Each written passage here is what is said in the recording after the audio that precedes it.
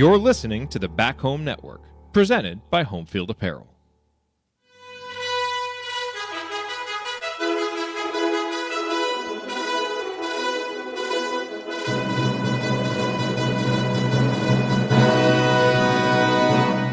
And welcome to another victorious episode of the Assembly Call. As tonight, your Indiana Hoosiers defeated USC, longtime Big Ten rival USC, 82-69. The win moves the Hoosiers to 13-3 on the season and 4-1 in the Big Ten. This was a game that saw IU get off to a really slow start. Worked their way back into it, particularly in the latter part of the first half. Ended up going to the locker room tied after a late USC putback. And after a couple air balls to start the second half, things really started to pick up for IU at that point. Took a double-digit lead and really controlled the vast majority of the second half from there as they end up with a 13-point victory on the strength of, I believe, four players in double figures. And four players in double figures, another with 9. So a fairly balanced effort tonight from the Hoosiers. A lot of high-end performances that we'll talk about as the Hoosiers move to 4-1 in Big Ten play. And I'm your host, Andy Bottoms, here with the coach, Brian Tonsoni, and Ryan Phillips, and we're going to break it all down for you on this edition of the Assembly Call IU Postgame Show. And let's start this show the way we start every show, and that is with our Hoosier Proud banner moment. And to me, the banner moment happened early in the second half. A wise man once told me that this is, in fact, a guards game. And after the game was tied at 40-40, the backcourt tandem of Trey Galloway and Myles Rice scored or assisted on 15 straight points. And at the end of that, IU had an 8-point lead, 55-47. A Galloway floater kind of punctuated that run. Although really, to be honest, the second half had so much to do with those guys. They took that start and really parlayed it into a great overall second half. Those two combined for 21 points, 7 assists, and 5 rebounds, and 1 turnover in the second half. So that stretch to start the second half really give IU a little bit of breathing room for the first time in the game. A sequence of plays there where both guys getting going to the basket. Galloway had a nice assist to Ballo. Just a great stretch from those two. And so I thought that that was really the difference in the game. The play of those two in the second half was definitely the difference and was also the banner moment for tonight's game. And our banner moment today, as always, is brought to you by our friends at Home Field Apparel, now in their 8th season sponsoring the Assembly Call and their 4th as the presenting sponsor for the Back Home Network. Home Field has the largest collection of vintage IU apparel that you'll find anywhere, and since IU is their flagship school, more high-quality gear with unique IU logos from the past is always right around the corner, like the recent knit sweaters with the script Indiana University logo on them.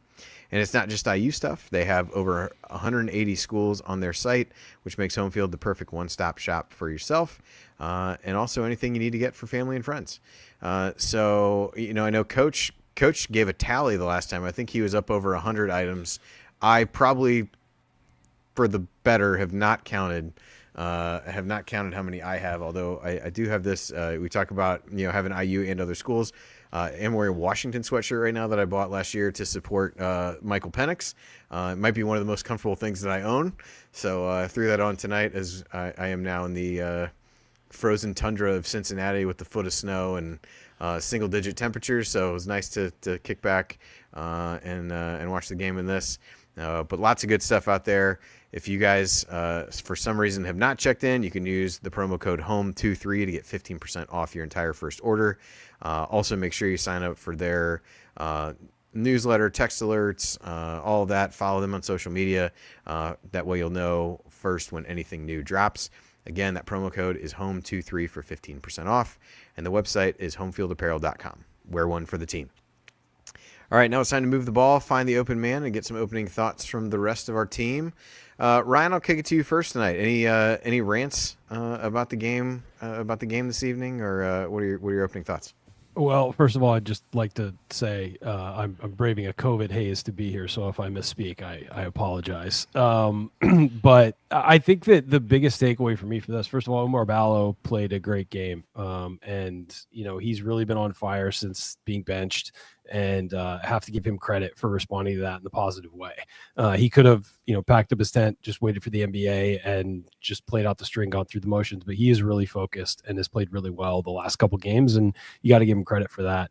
But I think the one thing I want to address is Luke Goody. I think that over the last few games, we've seen that this team is better when he gets more minutes. And I think that even when Malik Renew is back, they need to find a way to keep Luke Goody on the floor, because this team is better when it can stretch the floor and give the big men room to work inside, and where it has a guy on the perimeter who can knock down threes. It's the thing we've been asking for several years, and now we have it. And they need to utilize it. And I'm not saying he needs to play 34 minutes a game as he did tonight, leading them in minutes, but he's got to play at least 25 to 30, I think. And I think that this team is just in a better place given his hustle, his focus. He is often in the right place. He's clearly one of the vocal leaders on the team too.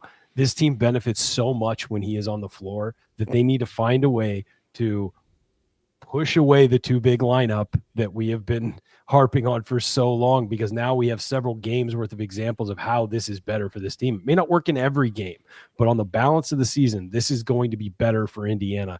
And you've seen at the same time, when you take that other big out, Oumar Ballo has been playing as well as he has all season. And I think that the same would be true of Malik Renew in the same situation. And so that is something that needs to be a focus moving forward, is how to put him on the floor more and put him in a position to be the guy who helps this team and to change the way things have been going and make things work better on the inside and on the outside. I think that's just become abundantly clear over the last few games. All right, and Coach is doing double duty, both as our producer for the evening, as Eddie had a chance to go to the game. Well-deserved opportunity for him, so glad he got to see a victory. But Coach is doing that as well as joining us on the show. So, Coach, what are your opening thoughts on tonight's win?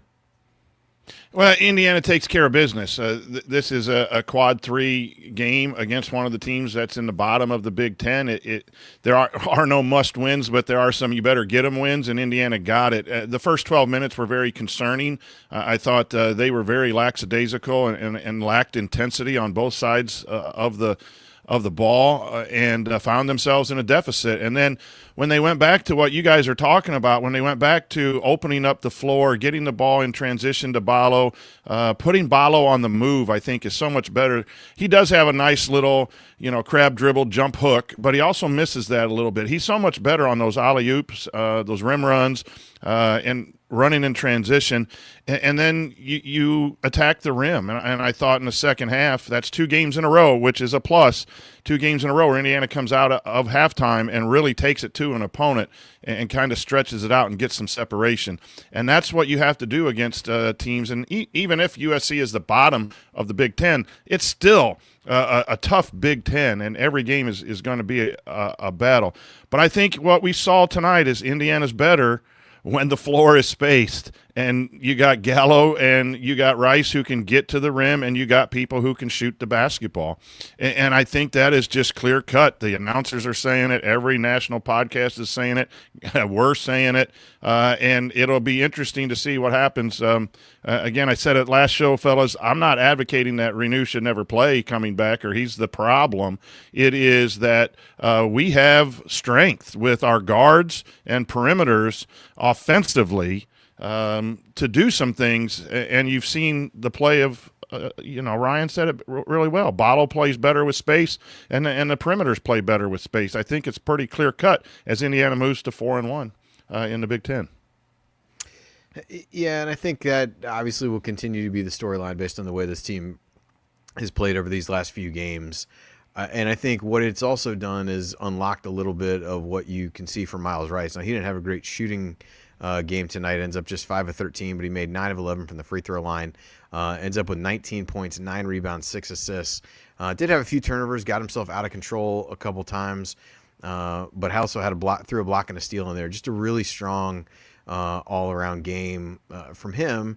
And as I mentioned, Galloway really did most of his damage in the second half. He ended up with 11 points, 6 assists in the game. And the one thing, Coach, as we talk about that, I jokingly talked about the guards game, comment that you've made multiple times in the past, but the way they were able to utilize those guys in the second half, they had a really, they had a good set where they were getting dribble handoffs. They had a counter to that where Galloway finds Ballo for a lob. Had another one to play after that where they took that away and he kicks it out to Mbaka, who missed a three but got a really good shot. I think those guys are just really seem to be in a good groove, making good reads off of these ball screens and things like that. So what did you see from those two guys in particular tonight that allowed them and to be so successful as well as the guys they were dishing the ball to? Yeah, I just think they're going downhill, and they have a place to go when it's downhill. And then when it's shut off by the defense, then they kick it to a lob for a dunk, or they find the open man on the backside for an open three, and you got guys on the backside who can knock it down.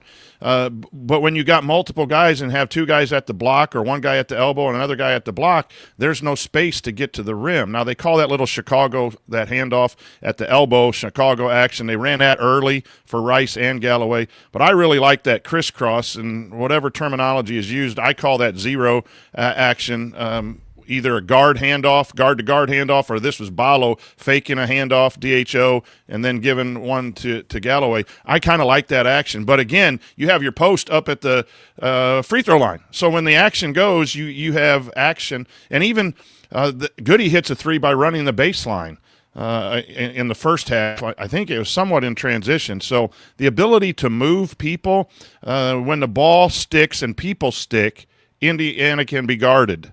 They can still score, but they can be guarded when people move and can get downhill. But those guys, Galloway and Rice tonight, Rice struggled. 3 turnovers early and was out of control very early. His mind wasn't in the game, but he bounced back, and that's what you want in players, to bounce back.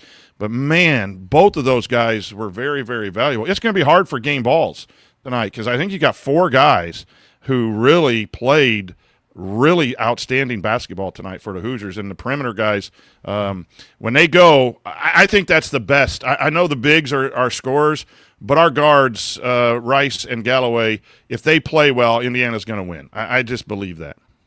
Yeah, and I think, Coach, one of the things that you always say to us is move people, move the ball. And it's a lot easier to move people when there's space to move. And I think that's just what you see tonight is those driving lanes open up when you space the floor. When you've got 2 guys that are primarily post guys in there, their defenders can sag off of them, even if they are on the perimeter, and that just crowds everything inside the 3-point line up and makes driving lanes smaller. And there's just not windows to go. You see it with guys. They'll drive 2 steps and it'll be clogged, and so they'll back it out or they'll kick it out or do something. When you spread that floor and create those open driving lanes, that's where you can take advantage of having those guards that are action guards, that are downhill guards like Galloway, like Rice. Those guys are at their best when they're getting downhill or they're moving through the lane to find people. And it's so like obvious, I think. And I think that it was theoretical for a while that this is the way Indiana had to go because the other way wasn't working. Now you've seen what it's like when this floor is more spaced, when there are guys on the perimeter who can knock down shots, the defense has to spread out to guard. You have the example of how it works. Now, it hasn't been against the best teams in the conference, but so far the evidence shows this is much better than what you had before. And so I think you're right. I know we're hitting this point again, but it's just this team is different when you allow them to spread out and take advantage of the athleticism. Quite frankly, you went out and bought with NIL money. You're allowing them to take advantage of the gifts that you were going out to get with them. And I think that it's striking the difference in the offense when they're allowed to do that, when they're allowed to use their individual talents in that way. You see it on that you put the defense in a tough position. Do you guard and chuck the roll, or do you go out and guard a 3, right? And a split second decision, and all of a sudden, Ballo gets 2 dunks. Well, you come in and take that away, and you chuck them. Now you're going to kick for a 3. And I'm telling you, the last few games, again, it is against some teams that are at the bottom, Rutgers and USC, and even Penn State now is borderline in the tourney, not in the tourney. But it's more fun to watch, the transition, the spacing, and you can't get away from the post. You can't get away from the post. I thought they did early. They took some shot selection tonight was really bad, and I think by a lot of people. And we hit some shots that were bad shots that I would grade as bad shots. We hit them, so at least they went in. But our shot selection the first 12 minutes especially, and then a couple individuals in the second half. But it's just so much more fun to watch when you play with that intensity. We can talk about the lack of intensity showing up again tonight, which was a concern. But, yeah, that's what makes those guards really good. And we have so many assets. We don't just have a post player that we have to go to 50, 60% of the time. You got other players that have skill that can really score the basketball. Yeah. Yeah, and I think really when you look at Ballo, a couple of the baskets, there was one in particular that I marked down toward the end of the first half. Like Leo really pushed the ball up, got it into Ballo early. Like you got to get it to him early. You can't run around a whole bunch and then dump it to him later. One of his great strengths is running the floor and being able to get there, sealing a guy at the free throw line that you can lob it over. I think that was Rice that made that pass, but he had his best success on straight post-ups doing that. If you don't get him there, then you roll him out for ball screens and see what you can get out of that action. But I thought they did a better job as the game went on of trying to getting him the ball in places where if you were going to go inside that he could be more successful, but not really forcing it there. And I think the shot selection was definitely better, Coach, as you mentioned, going through there. Coach, I don't know, Ryan mentioned Luke Goody. Him tonight, he ends up hitting 4 more three-pointers, was 4 of 5 from 3, made a jump shot that was born strictly out of the fact that he'd been torching them from 3. I think Galloway shot fakes, drives, kicks it back out to Goody, who had replaced where he was. He shot fakes and takes a pull-up too. So even the 2 that he got was the result of what he'd done. Continue to be really active on the glass. And did miss a free throw tonight and I thought they tried to jinx him to see if he'd miss another one, but he would not oblige later on. But, just thoughts on his play. We talked about him briefly before we came on the air. Just what are you seeing from him in these extended minutes? And I think it's something that a lot of us feel like we saw when he was on the floor in more limited minutes early, but you noticed a difference when he was out there from a leadership standpoint and things like that. I thought he played some good defense at the beginning of the second half tonight as well. Goody reminds you of those Indiana basketball players that could just fill up the basket, and that we've been missing for so many years. And he struggled. He's had a couple long stretches where he's missed some shots, but boy, when he's on, it is fun to watch. And his release is getting a little quicker, so he's shooting contested shots. But not only does he hit the 3 ball, I just think he brings a lot of energy and a lot of intensity. And Indiana was missing that early today, but he has been the most consistent player all year in doing the little things that matter. Moose in the chat said Goody is the glue, and that's used all the time, but I think it's true. Like, he wanted to be a Hoosier. He's a shooter. It means something to him, the name on the front of the jersey, and it shows. And whether he scores a lot or doesn't, I think that is evident all the time. His body language is perfect. Every time, even when he's struggling a little bit. And that's what he brings to this program. And if Indiana's going to win and get in the tournament and make a run in the tournament, he's going to have a big handle on that, probably even off the court. In the locker room, a presence like that can really be meaningful, not just with his basketball skills, but his catch and shoot is beautiful when it's going. And even when he misses, it just looks nice out there. And I think he's needed and more minutes and more shots. He didn't get as many shots as Tucker and Carlisle. And we've always said that with some of Indiana's best shooters under Woodson. Get him more shots when he's hot. You're 4 or 5 from 3, man. You need to go to 4 of 8 or 4 of 9, before someone else takes shots. And we can talk about that later. But you had Goody, who was working, Galloway, who was working, Rice, who was good, and you brought a couple guys in, and they got the shots when the people who were hitting were not getting the shots. I think that's got to be a point of emphasis in practice before the Iowa game. As our friend Mike, just to paraphrase our friend Mark Titus, if you're hitting 80% of your 3-pointers, you're not taking enough. And but the thing I'll say about Goody is the guy shows up when things are good and he shows up when things are bad. He is always going to show up and give the effort and give the intensity and be a vocal leader. One of the moments of the season is him screaming at his teammates in a constructive way. I don't mean like yelling, but like trying to get their attention on the bench during a loss. It's one of the most memorable things we've seen from these guys as a team this year, was him new guy, who just transferred in, is the one getting everybody together and trying to get them focused. I mean, that was a huge sign of what was to come, and that is the guy he has been all year, good in good moments and bad. Yeah, it's interesting you say that, because I noticed even when they showed the huddle before they were coming out for the opening tip, like, he was clearly a guy that kind of yelled a little bit in there and was locked in for the game. I did not intend to use that as a segue to what I was going to bring up, but it's probably a pretty good one. This was a really slow and sluggish start for this team. Didn't come out of the gate really well, allowed USC to get the ball really wherever they wanted. And I think you saw it was not unique to one player, but I'll use it as a way to bring up Mackenzie Mbako coming off a really good game against Penn State. He took 7 shots in the first probably 5-6 minutes of the game, then didn't play again at all in the second half. In the first half, started the second half, missed an open 3, ends up 0 of 8, and didn't come back in. I think some of that born out of the way that Bryson Tucker was playing, but I think his play in some ways was emblematic of what the team was doing to start the game. And Ryan, I'll throw this to you first. That has started to become a little bit of a theme with this group, and I'm not exactly sure what fixes that, because we've seen lots of good stretches of play from them over recent games. But how concerned are you with some of these slow starts, and I get on the larger level, and I guess maybe with Mbako's performance on a smaller level?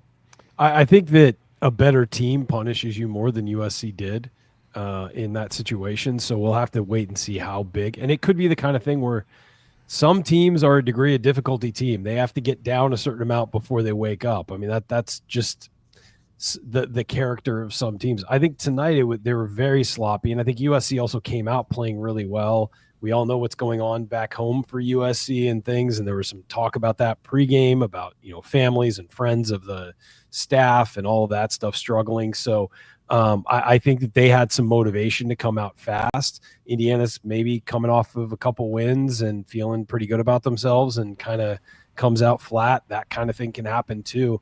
I also just think they were sloppy. And if you look at it, they had 6 turnovers on the night, 5 of them in the first half, 1 in the second half. And a lot of those happened early. And you're right about Mbako's shots. The shots were bad. It was just, and that can be contagious. And so I don't know if it's something specific to this group.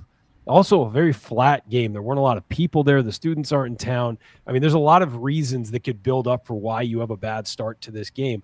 I don't know if it's just ingrained in the character of this team to play better over the last 30 minutes than the first 10. But the key here is that they figured it out and bounced back. But at the same time, yeah, you can't do that against a really good team and expect to win, because you'll be down, instead of being down 10, you'll be down 20-25 by the time you wake up. And even if you play a near perfect game, if you're down by that much the rest of the way, you're not going to come back and win. So it is something that needs to change. I mean, there's always something you can work on, and there's always something they can get better. And this was a nice 13-point win. They moved up in Ken Palm a couple spots. They're up to 51 now. They jumped Iowa. They jumped ahead. They're now ahead of Iowa, who they play next. I mean, there's a lot of good things happening here, and we've seen them play better. That doesn't mean that we're all good. You still got things to work on, and the slow starts have to be something that's a focus, especially as you're going on the road now to Iowa. You can't have a slow start on the road in the Big Ten, because that's when you get buried. And we've seen it happen before, and it does need to be something that improves. Again, you're happy about a lot from this win. That is one of the big glaring issues, was the sloppiness, the poor shot selection, and just the overall I don't know what the word for it is, but they just weren't focused and tight at the beginning of that game, and that does need to change. We've talked about inconsistency with this team, and it has leveled out the last couple of games. And today it was the first 12 minutes, and then you had mostly good play, and then you had a 2 or 3 minute run. And the game of basketball, you'll have that.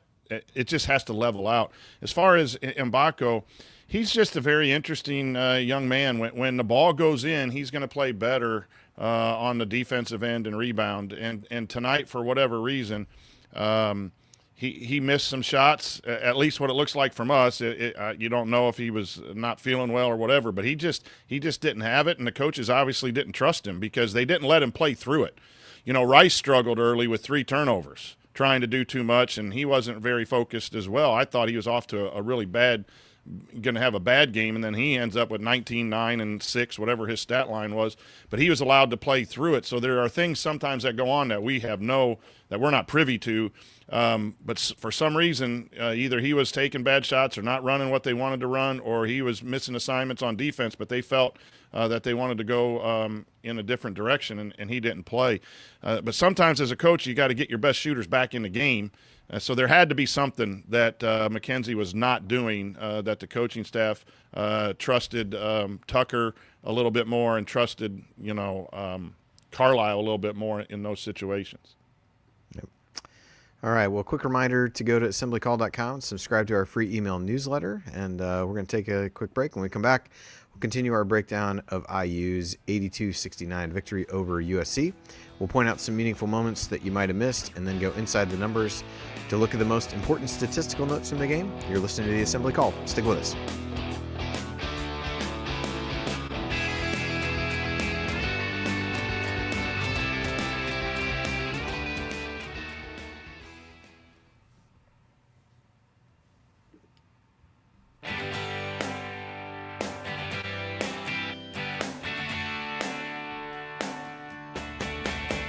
Hey, this is Deron Davis. And what's the only thing better than dominating a Duke big man in the post? It's celebrated with friends afterwards. Join Gerard, Andy, Ryan, and Coach on the Assembly Hall call after every IU basketball game. Go Hoosiers. Thanks. Too bad Gerard could not be here. Yeah. Do we need to change the name of the show to match that? And does Jared need to change his name to match those are open questions. I feel like the answer is clear. Yeah. All right. Anyway, all right. Welcome back to the Assembly Call IU postgame show. I'm Andy Bottoms here with Coach Brian Tonsoni and Ryan Phillips, and we are breaking down Indiana's 82-69 victory over USC. And now it's time for today's meaningful moment you might have missed. Meaningful moments that you might have missed. In terms of meaningful moments, I had quite a few that I highlighted here.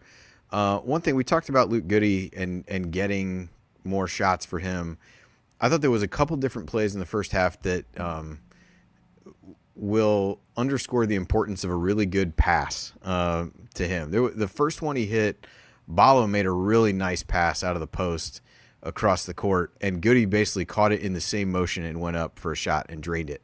And there was another one where he was open later in the half, and Carlisle just didn't get him a good pass. He couldn't catch it cleanly, couldn't get the shot off. I think it's some of those little things that, and he's a guy who to me is not going to force a lot of bad shots. The only 3 that he missed tonight was when he took off the dribble, which was kind of surprising, to be honest. But I think some of that underscores the importance of making good passes. I thought some of the post-entry passes were not as good. I mentioned the one good one from Leal. We've talked about that a lot on the show of, what a good job he does of getting the ball in quickly and to the right place. But I thought that was one thing. And then, there was a couple sequences where Rice, we talked a lot about his scoring and some of those things. I thought he made a couple really good defensive plays. There was one kind of midway, a little bit past midway through the first half. He hustles back, gets a block that really ends up in a jump ball, gets possession for IU that led to that. Leal ends, throws an entry to Ballo and then gets the ball back. He gets fouled. I thought Rice another time got on the floor for a loose ball and got a timeout early in the second half. Had a nice steal where he and Ballo worked together later in the game. Ballo goes to help. Rice cuts off the baseline pass that USC was trying to throw, gets it to Ballo the other way for they team up for a basket there. So I thought he did a lot of good things. Certainly offensively, which we've highlighted, but I thought he also did a number of good things on the defensive end. Coach, meaningful moments for you that you had from the game today? There was one that if I was Woodson, I'd have gone ballistic. I thought I heard someone on USC yelling, box out, right when the Indiana free throw shooter was I heard that too. Yep. Yeah, I'm like, that's not right. Tell your guys to box out, but not right in the middle, and leave that for cheerleaders or whatever to distract shooters. But I would have had some words. Don't speak in the middle of a man's backswing. That's the same rule. Yeah. Absolutely. I was looking at the TV and I go, did I hear that right? And and where did that come from? But it was right when he was about ready to release, and I think he hit him. So it didn't matter. But, yeah, I don't know if that was good coaching when I was doing it, but if someone did that from the opposing bench, they'd get a little barking from me, and then the officials would probably have to tell me to sit down a little bit. Yeah, a little bush league for, you might be able to get away with that stuff in the Pac-12, but it's, not It's a whole new world, guys. That's right. Yeah. Anyway, sorry, go ahead, Coach. The one thing That might fly in Pullman. It doesn't fly in Bloomington, Indiana. They were very physical with Ballo early, and I think it knocked him off his game a little bit. And then I thought he found a second gear, which is always important. And we've seen a lot of good examples in the last 2 or 3 games of players getting better within the game. And that's what a winning program does too. You're never going to play perfect, but it's what you do after you've had a tough stretch. We've also seen a couple players that have missed a 3 and then gone down and ball watched and get back cut for a basket. That's not good. And those are things that don't show up in the box score when you look at the stats or you go to ESPN or people are talking about points. Is who are the players that, okay, you have a tough stretch of it, but you bounce back within the game. I think that is so important. Game to game is one thing, but within the game, Myles Rice today, 3 turnovers early, not really focused, ends up having a pretty solid, rather good game. Ballo, too, was kind of just out there looking like he was ready just for the post-game stuff, the meal after the game, but then all of a sudden he became his movement and his purpose with his cuts and his screens and his rolls to the rim were night and day different in the second half of the game. You want that to level off, but look for that when you watch the games. What happens after someone makes a mistake? Do they hang their head? Do they shrug their shoulders? What's their body language like? Both Ballo and Rice had good body language. They bounced back after a segment of play, 6, 7, 8 minutes that wasn't very good, with dominating performances, and that's what you ask for out of your players. Yeah, I thought the same thing about Ballo at the beginning of the game. I was trying to look up. I think it was Cohen was the guy's name. Was really trying to embellish any kind of contact on him, and I think he was at least my perception, cognizant of trying not to get a silly foul and stuff like that with a guy doing that. Although I've also seen in the last couple games, this is probably jinxing it for some of the officiating that we've seen, but like officials have not just given the I'm going to call fouls on you because you're big treatment to him as guys try to flop when he puts his shoulder down. The one from tonight was funny where they showed the replay of it, and the referee was kind of given the like get up signal, but also just looked generally disgusted with the fact that the guy had really tried to flop, which I appreciated because I probably had the same look on my face. So I think that's a positive for Ballo, at least the way he's been officiated at times in these couple games. One other, I guess, a couple moments I wanted to touch on in a way to talk about Kanan Carlisle. I know a lot of conversation about him in the chat. Coach, you and Tony talked about him a little bit after the game against Penn State. I think from a shot selection standpoint, I thought it was really poor. And at times in the first half, though, I did think he locked in a little bit more on defense the way that we've seen from him in the past. Now, he had some breakdowns in the second half where he got beat backdoor on at least one that I can recall. But I thought he, in the first half, maybe more so than the second, didn't let what he was doing, or the shots that he was missing, impact other parts of his game. I thought he was at least engaged defensively. And then in the second half, one of the bigger plays where Goody hits that 3 and gets fouled really started from a really good hit-ahead pass from him, where you kind of watch the play and you think he's going to kick it to a guy on the wing. He almost like skips a line. If you think about it, sometimes in like soccer terminology, skip the line, gets it up to Galloway, who drives baseline and gets it to Goody. Like, that's a really smart play. There are just other times where he's just struggling, and he gets that shot, that real easy shot in the lane at the end, and you tell he's just trying to guide the ball into the basket at that point. And he's a guy who's really searching. I know everybody, myself included, is kind of frustrated with certain aspects of his play. There were some positives to take away from him tonight, and I hope, coaches, I think about the way that you and Tony framed up some of it after the Penn State game, like being able to show him some of the ways that he impacted the game that had nothing to do with scoring can help get him out of it, because the shot that he hit wasn't really a good shot within the flow of what was going on. It went in, which was good, but Ryan, I'll kind of kick that to you just because I think he's been a topic of conversation. I think he's a guy who continues to struggle trying to figure out how to succeed in the role that he has kind of worked his way into on this team. And maybe your thoughts on where he goes from here and how IU can maximize the talent that he does have. Well, I'll say this, they're going to need him.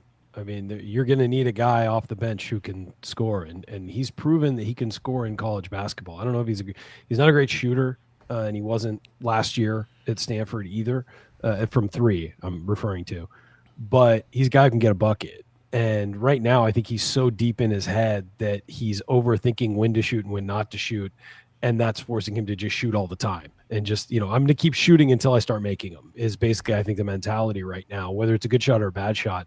And I think his gauge on what a good shot or a bad shot is off, because what probably happened is he shot a couple good shots. They didn't go in. And then you start questioning everything. It's a shot. This is a shot I'm going to take that should go in. And then it doesn't go in.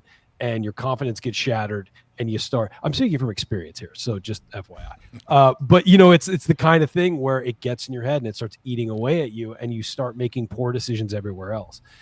If he can simplify things, and as you said, work on the defensive end, and then slowly work his way into the offense, let that be his focus, and slowly start to work his way back to gaining confidence on offense.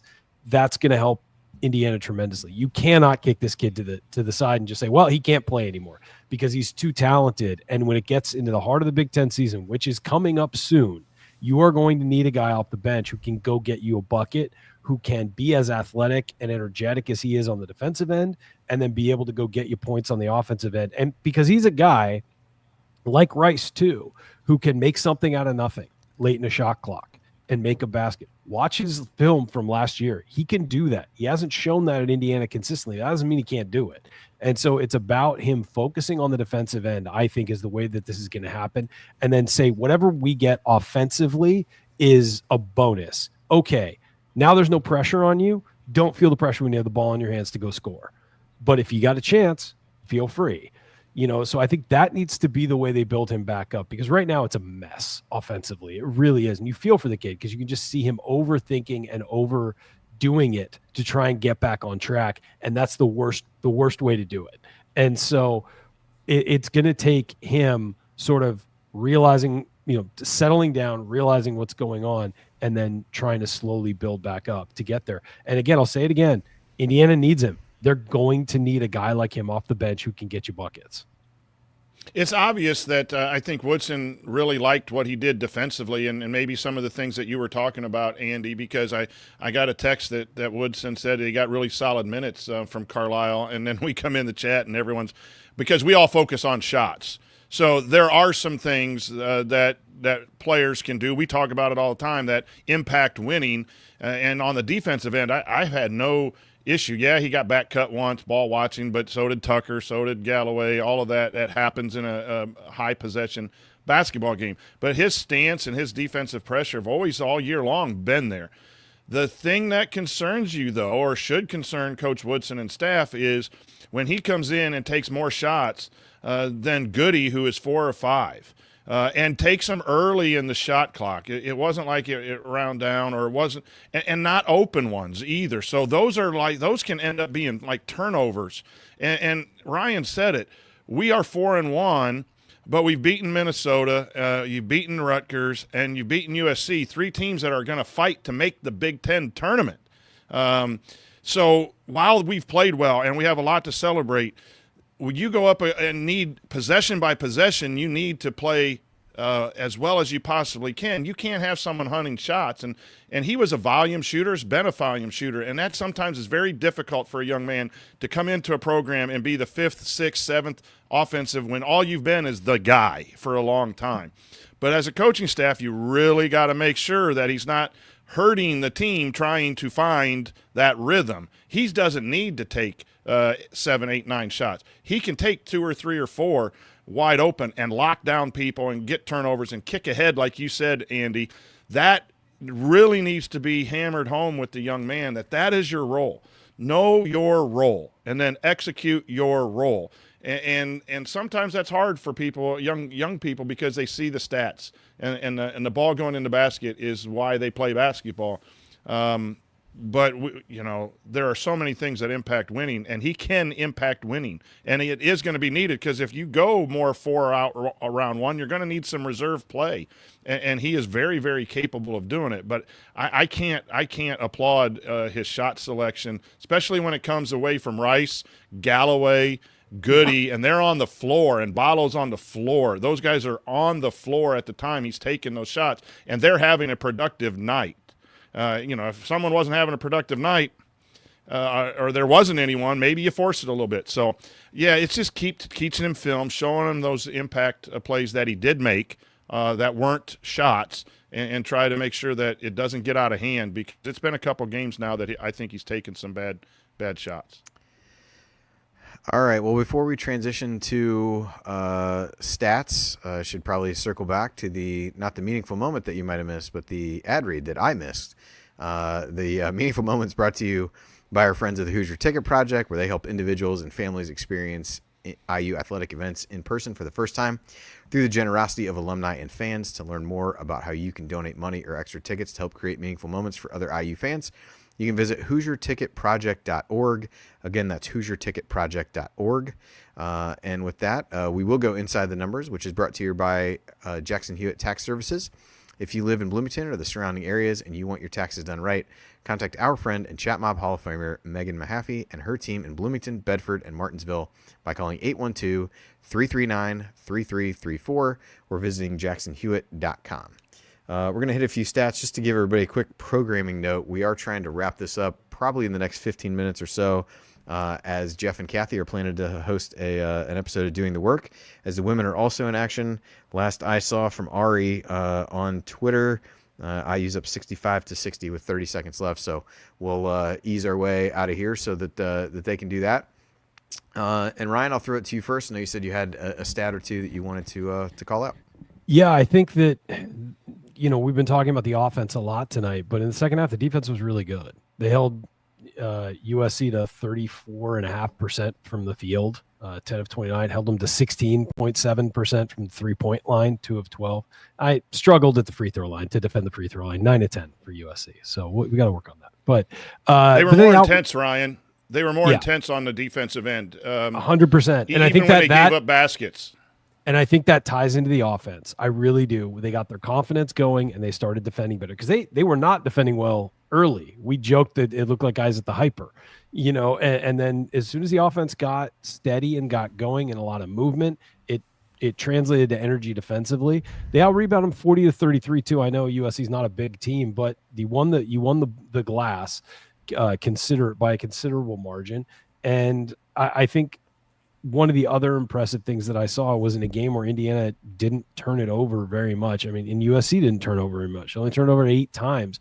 So that means you weren't getting easy stops. You were defending for stops. And I thought that it was just impressive across the board, especially in the second half. They really held them down in the second half. Yeah, Coach, what stats stood out to you? Yeah, and we got to move, so I'll go real quick. I like seeing Rice and Galloway. Rice was 2-1 assist to turnover, and Galloway was 3-1. That's where you want your guards. And when Indiana guards are facilitating and getting assists, Indiana's going to be better. And when you have low number of assists from your number 1 and number 2 playmakers, you're going to struggle. And Galloway, both of those guys got off to, I thought, really slow starts, and they really picked it up. But Galloway attacking the rim on offense was able to get some assists as well as some buckets. That's pretty good play from your guards. Yeah, one of the things USC really did well coming into the game was force turnovers. As I recall, when I was looking at the stats coming in, and IU ends up with just 7 on the night to underscore what you said, or just 6 on the night, actually. Only 1 in the second half. That came on that sideline out of bounds that produced kind of what I thought was kind of a funny moment between Ballo and Mike Woodson. As he yelled over to talk to him. I feel like he was polite and gave him a yes, sir, and then just kind of patted him on the back and was like, this will be fine, and moved along. But I thought that was impressive the way they took care of the ball against a team who's got good length, will really try to get into you a little bit and force some turnovers. Ryan, you said you had something. Yeah, the last one I wanted to point out was Indiana didn't lose the 3-point battle tonight. They tied, and they won the points in the paint. You can do both. I think that's kind of been a thing lately is They're starting to shoot the ball better. Doesn't mean that you can't score points in the paint. It's about having the balance of doing both. And that's a couple games in a row where they haven't gotten beat on the 3-point line and have won it in the paint. Yeah, like you said, points on the paint was close. USC doesn't have a ton of great shooters. I've watched Desmond Claude play for the last few years at Xavier here locally, and like his game has really always been try to get to the basket. Not a shooter. He's a guy that you want to force to shoot, but is a tough cover based on his size and ability to get to the rim. I thought certain IU defenders did a really good job of like just forcing him to go left, and were pretty successful in doing that. Free throw shooting for IU was solid again, 18 of 23 in total. Ballo 5 for 5. Feel like Calbert Chaney, a lot of talk last weekend was about incentives for NFL guys. I feel like every game that Ballo shoots like over a certain percentage on his free throws, then I feel like Chaney should get some kind of bump. But maybe that's just my general bias toward Calbert Chaney. I'm not sure. A wad of cash in his locker after the game every time. Absolutely. The one thing I did want to touch on real fast, we talked about the 4 double-digit scores a bit. Bryson Tucker ends up with 9 points on 4 of 9 shooting, gets 4 rebounds, had an assist, played 25 minutes. Basically, anytime Mbako wasn't on the floor, he was. I thought a mixed bag from him. Thought he made made a couple really nice plays. The spin move to the basket was terrific. Got to some of his spots in the mid range, but similar to some of the stuff we talked about with Carlisle, shot selection at times was a question mark. Losing guys, ball watching on defense was a question mark. I think it's good that in a game where you weren't getting what you wanted out of Mbako, he could really step in and give you something. And I think that kind of guy offensively coming off the bench is going to be important in some games this year, and that was one of them. And I think that's kind of why you hold out some hope for Carlisle in the same way of there's going to be games that you need somebody to step up when somebody else in foul trouble doesn't have it, whatever you want to say. But I thought Tucker, did enough good things to impact the game today. And I think is another guy who you got to try to figure out how to rein him in enough that you don't take away the things that make him a talented basketball player, but allow him to focus a little bit more on the things that he does well. Coach, I don't know if you got any quick thoughts on Tucker. I know he's a guy who was I don't like his shot selection. I don't like his shot selection, but it goes in. So you know what? If you're going to take bad shots, you might as well hit them. No such thing as a bad shot that goes in, Coach. I argue with my coach about that all the time. But it is his shot. That little mid-range contested fadeaway. He's got that pretty consistent. But again, I think there can be some better things. But that young man plays hard. I have no doubt. We talked about Goody. When you see Bryson Tucker, he really wants to play well and he wants to do well. I really believe he likes playing for Indiana as well. And it'll come. The understanding of getting the ball to certain places and not ball watching and all that, that'll come. It'll have to come quick in order to really maximize this team. But I have no questions about his desire to win for Indiana basketball. It's just I do think he needs to take a few better shots. He's a freshman. True. All right, well, we'll take our last break, and then coming up, we're going to hand out our game balls, which a lot of good candidates for that, and the Hoosier Hustle Award. We'll discuss a lingering question or two and look ahead to IU's upcoming opponent. That's all next here on the Assembly Call. Stick with us.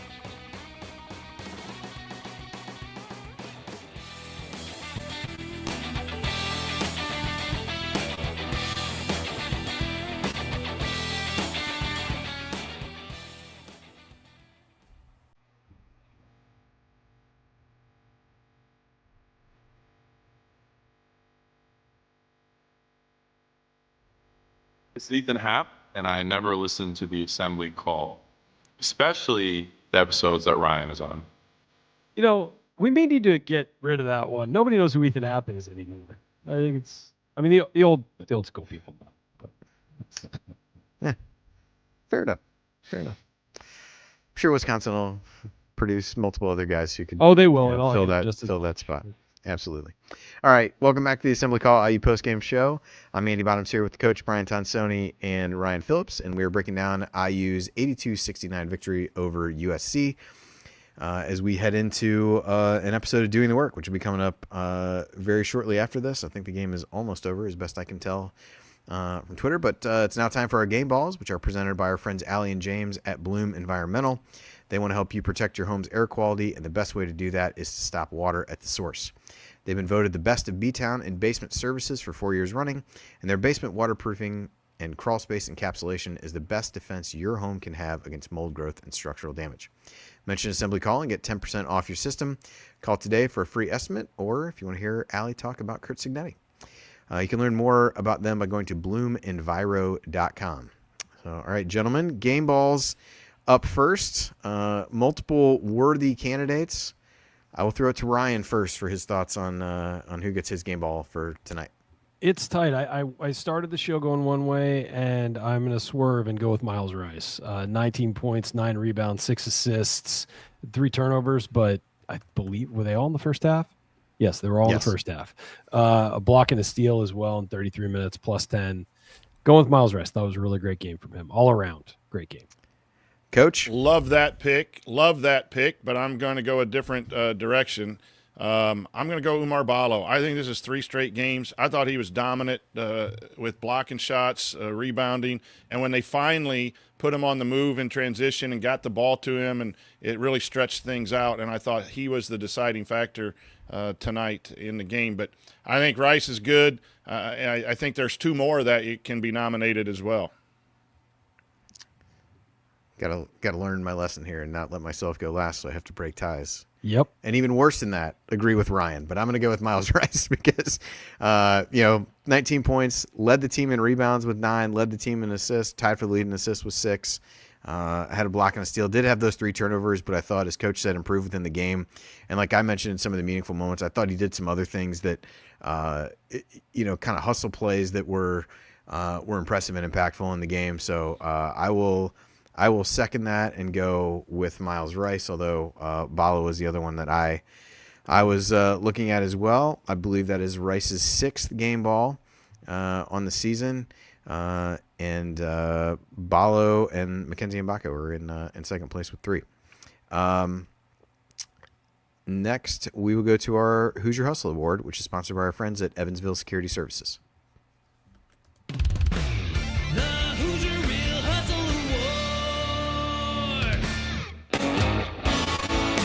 Hi, this is Anthony Leal, and it's time for the Hoosier Hustle Award.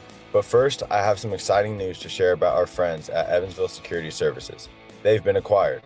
They are now part of the team at Security Pro 24/7, which provides trusted and reliable security for your event or business, from Bloomington, my hometown, to Evansville, where Coach Calvert Chaney grew up, and everything in between. Just like hustle can't be measured by stats, prevention can't be measured either, but it has a huge impact on your bottom line and peace of mind. So let the security pros at Security Pro 24/7 help you prevent a bad outcome today. Visit securitypro247.com to learn more. That's securitypro247.com. And tell them Anthony Leal sent you.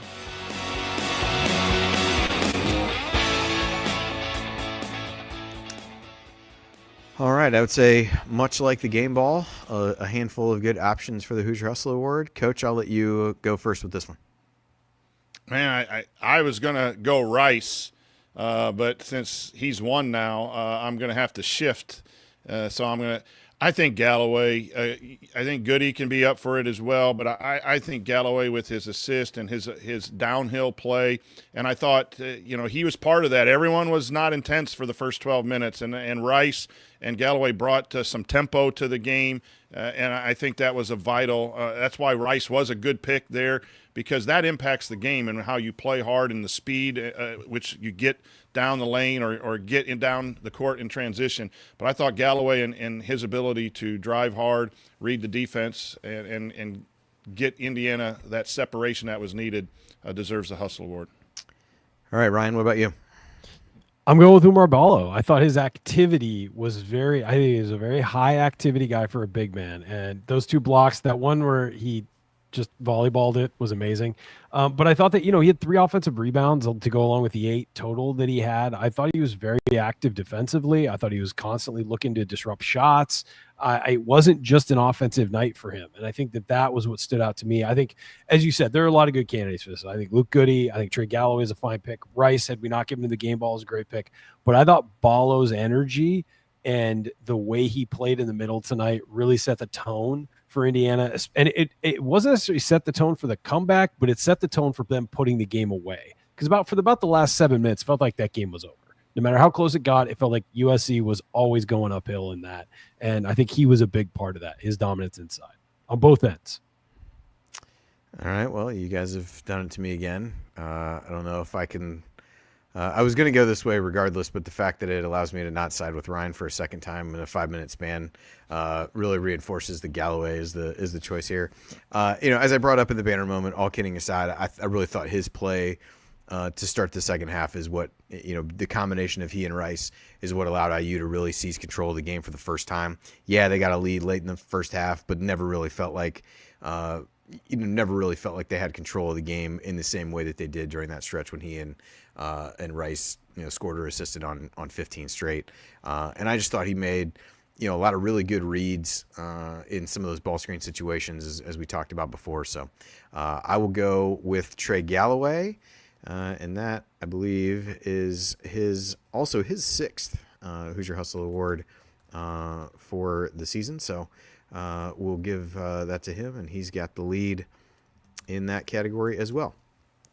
All right, so now, as we think about lingering questions, I'm going to kind of just roll this into a preview against Iowa, a quick one at that, as the women's team did win 68-64. So Jeff and Kathy will be on here shortly once we wrap things up to talk about that one as they get a road win in the Big Ten. With Iowa, the question for IU really is like, can they take this on the road? They did it at the Palestra, impressive win over Penn State. Iowa, what the challenges that they're going to bring to IU's defense, which we've talked about, had its moments of struggles. You look at Iowa, they're kind of what you'd think they would be, right? 20th in adjusted offensive efficiency, top 10 in both turnover percentage and effective field goal percentage, top 15 in both 3-point and 2-point shooting. Going to be a huge challenge for IU's defense given some of the lapses that they've seen over the course of the year. On the flip side, though, Iowa's defense will give you opportunities to score points, and how can IU take advantage of some of those situations? Iowa not a good offensive rebounding team at all. They're 303rd in defensive rebounding percentage. That's an area that IU has really improved in over these recent games in this winning streak. Perhaps that's an area where they can they can make some hay in that regard. Iowa's 2-point defense is almost ranked 300th. So is IU able to get some things going to the rim, get some things inside as Oumar Ballo has a chance to have another really good game? Some of their metrics are insane. They're 4th in effective field goal percentage and 243rd in defensive effective field goal percentage. It's just it's sometimes so they say crazy. this is not your grandfather's Iowa. This is in fact your grandfather's Iowa. I believe But if you would ask me without even watching a game, if you'd ask me, what do you think Iowa's going to look like this year? This would be exactly it. It's the most Fran McCaffrey you can get. They're coming off kind of a wild game last night against Nebraska. Ended up going to overtime, allowed Nebraska to tie it late after they got away with about the most blatant double dribble you'll ever see. Nebraska forces overtime, but Iowa really ran them off the court as overtime got started. So, really be a challenge for IU defensively. What can they do? A tough road environment and one that IU has often struggled in recent years under multiple coaches. So, but this is also the first of that string of games that are a lot of quad 1 opportunities for IU. This game tonight was a quad 3. Road game at Iowa is a quad 1 all the way. And so a chance for IU to continue to build on this momentum that they have. And so I believe that's an 8:00 tip on Fox Saturday night against Iowa, team that's ranked pretty closely to where IU is in KenPom, at least at the moment. So we'll see if the Hoosiers can take the show on the road and hopefully have built some momentum heading into that game with the Hawkeyes. And with that, just one final reminder to check out our friends at Home Field Apparel. Use the promo code HOME23 at checkout to get 15% off your first order. And with that, it is time for last call. And Coach, I will throw it to you first. Final thoughts on IU's 82-69 victory over USC. Indiana's getting better.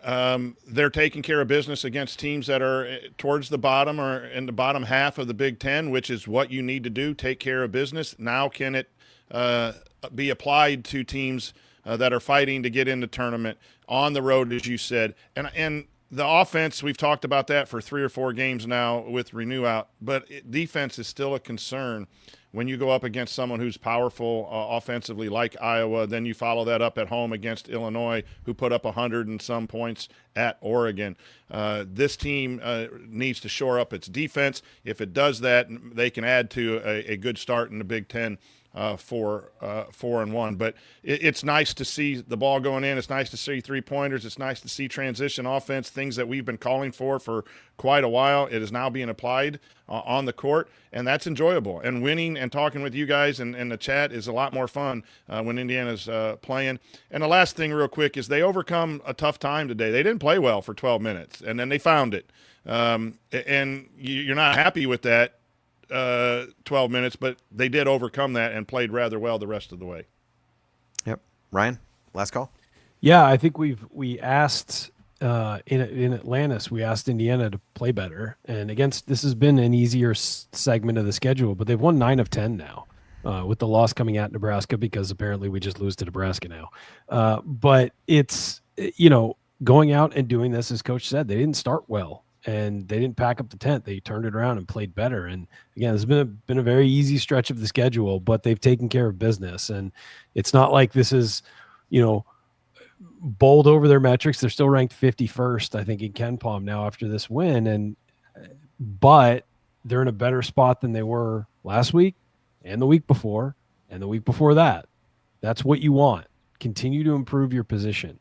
Now prove to us you've won these games. Prove to us you can go in a true road environment in Iowa and win against a team you're now ranked higher than. Iowa's 53rd in KenPom. I know not the end-all be-all, but they are ranked higher. And it's a team you're going to play that does a lot of things that you have not defended well in the past couple years. Prove that you can do. Prove that this is different. Continue to prove to us that this is different and continue to improve on what you're doing. Go out and win that game. You can. I mean, they're more talented. You're going to be vastly more talented than Iowa. Go prove it. Prove yourself.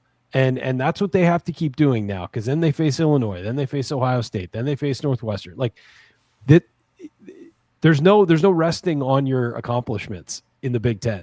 You have to constantly prove who you are. And the way you do that is by improving. And this team is starting to do some things really well. Some guys are starting to play well. But that doesn't mean you get to relax. And so that's the next challenge for this team and this program is continue to improve on the steps you're taking and continue to be better. And that's what they get to do. Saturday night, that's their opportunity. It's not like you have to go do it. You get to go do that on Saturday night. So let's see what they do. And I'm hoping we see them play the way they did tonight, aggressive defensively, play, hit shots, open things up, driving lanes, all of that stuff. Take that show on the road and go win. Yeah, I would echo a lot of what you guys said. I think an impressive start to conference play for IU at this point. You're a quarter of the way through the Big Ten season and you're 4-1. I think put themselves in a good position, got some positive momentum as they head into this really tough stretch. You could look further past just the next 7 games, but 5 of the next 7 are on the road. And so those are really where, as you think about NCAA tournament hopes and all those things, road wins are always a critical part of that. And these are opportunities for IU to go into some tough places, but continue to prove to themselves the improvements that they made and continue to build as a team and get better. And I think we've seen that over these last few games, and it's led to victories. And they need to continue to get better, as you said, Ryan, to be able to to pick up some of these victories. But I do think you have winnable games against an Iowa team that struggles defensively. Can you put a bunch of points on the board? Can you string together enough stops to put yourself in a good spot there late in the game and see what happens? So, a lot of really, really critical games coming up for this team as you look at this upcoming stretch. And I think a solid performance at Iowa is a great way to set the tone for what they can do from there and continue that positive momentum. And so hopefully they carry that into the game on Saturday night after getting contributions from a number of guys tonight and you win a game by double digits in the Big Ten where you got 0 points from Mackenzie and Baco. Not too often do you want that to be the formula for winning, but it worked out tonight. I think that speaks to the depth and the way some of the guys are coming along and the team is putting things together on the offensive end. So look forward to seeing what they do in Iowa on Saturday night, and hopefully can come away with the victory. That will do it for this episode of the Assembly Call. If you want to see us do the show live and be part of the live chat, make sure that you subscribe to our YouTube channel at youtube.com/assemblycall. And don't forget to go to substack.assemblycall.com to subscribe to our free email newsletter. Special thanks to Bob Thompson for the music you hear on the show. And special thanks to John Ringer of rigdesign.com for designing our logo. And thank you for listening. We'll be back to talk IU Hoops again with you on Saturday night. And until then, take it from me, Yogi Ferrell. Keep your elbows in and your eyes on the rim. And go Hoosiers. Thank you. Thanks for coming out. That's it. We're done. No more questions. Hey, the show's over. Here I come, Coach Tonsoni. all right, there you have it.